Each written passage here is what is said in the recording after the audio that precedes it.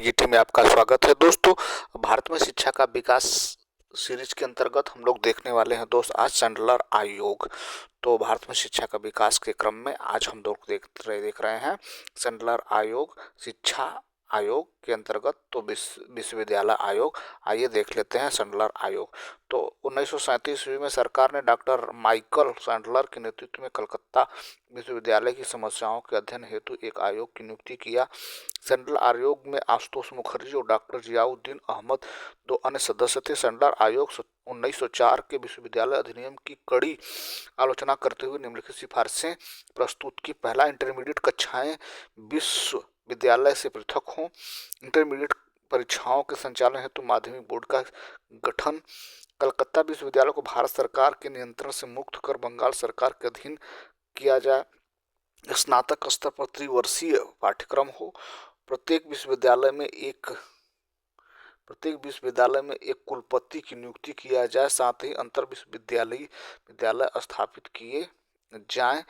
महिला शिक्षा पर जोर दिया जाए। साथ ही औद्योगिक व प्रशिक्षण से संबंधित समस्याएं विश्वविद्यालय द्वारा मिटाई जाएं। आगे देख लेते हैं दोस्त। आगे सैंडलर आयोग के सुझावों पर उत्तर प्रदेश में एक बोर्ड ऑफ सेकेंडरी एजुकेशन की स्थापना हुई। सैंडलर आयोग की रिपोर्ट पर मैसूर, पटना, बनारस, अलीगढ़, ढाका, लाहौर और हैदराबाद में विश्वविद्यालय स्थापित किए गए। शिक्षा अब प्रांतीय विषय बन गया। विश्वविद्यालयों के संचालन का नियंत्रण प्रांतों पर हो गया। आगे देखते हैं दोस्त। आइए देख लेते हैं हार्टोग आयोग 1929। तो शिक्षा के विकास पर अपनी रिपोर्ट देने के लिए सरकार ने 1929 में हार्टोग की अध्यक्षता में एक आयोग की नियुक्ति की।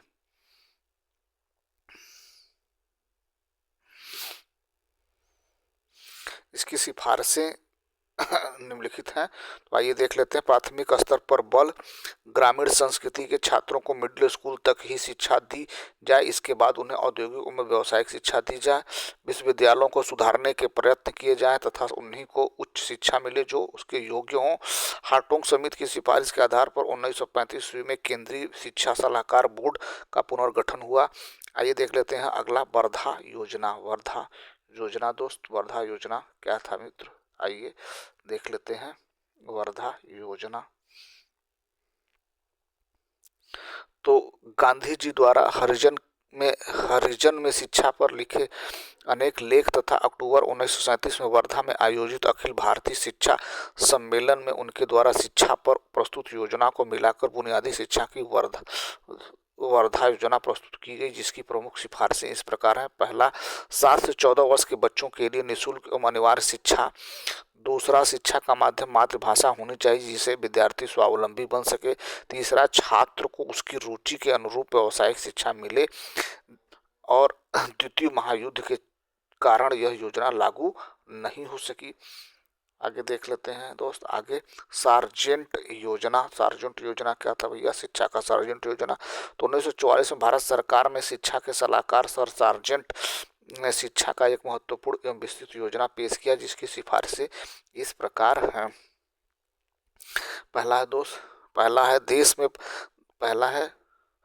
देश में प्रारंभिक विद्यालय, उच्च माध्यमिक विद्यालय स्थापित किए जाए। 6 से 11 तक के बालक बालिकाओं के लिए व्यापक निःशुल्क एवं अनिवार्य शिक्षा की व्यवस्था हो। 11 से 17 वर्ष की उम्र तक के लिए 6 वर्ष की शिक्षा की व्यवस्था। आगे देख लेते हैं दोस्त। आगे अगला, उच्च विद्यालय 2 प्रकार के होंगे, विद्या विषयक और प्राविधि और व्यावसायिक। सार्जेंट योजना के बाद 15 अगस्त 1947 को भारत स्वतंत्र हो गया। इसी के साथ भारतीय शिक्षा में ब्रिटिश काल समाप्त हो गया। आइए कुछ और प्रमुख तथ्य जान लेते हैं दोस्त। कुछ प्रमुख स्मरणीय तथ्य जान लेते हैं जो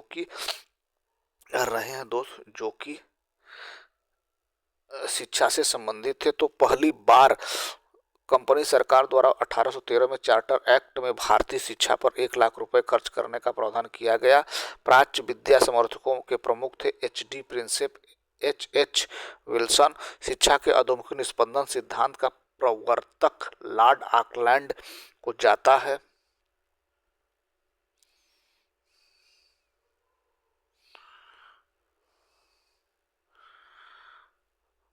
भारतीय शिक्षा का मैग्नाटा वुड डिस्पैच को माना जाता है। महिलाओं की शिक्षा पर सरकारी स्तर पर पहली बार वुड डिस्पैच में बात की गई। Hunter commission, Sandler commission report में भी स्त्री शिक्षा को बढ़ावा देने का सुझाव दिया गया।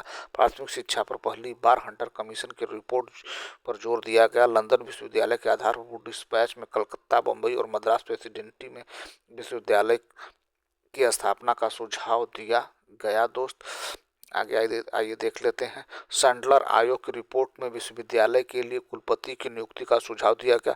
राधाकृष्णन आयोग 1948 के सुझाव पर भारत सरकार ने 1948 में विश्वविद्यालय अनुदान आयोग की स्थापना की।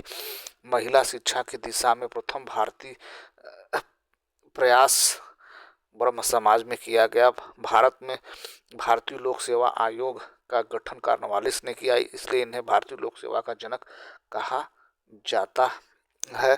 भारतीय लोक सेवा को इस्पात की चौखट के नाम से भी जाना जाता है। 1861 में सरकार द्वारा the Indian civil services act pass किया गया। तो ये रहा दोस्त आज के प्रमुख टॉपिक, भारत में शिक्षा का विकास एवं महत्वपूर्ण आयोग। उम्मीद हमारा प्रयास आपको ठीक लगा। हमारा प्रयास आपको ठीक लगे तो हमारे चैनल को सब्सक्राइब करें, अपने दोस्तों को शेयर करें। Thank you so much for watching this video.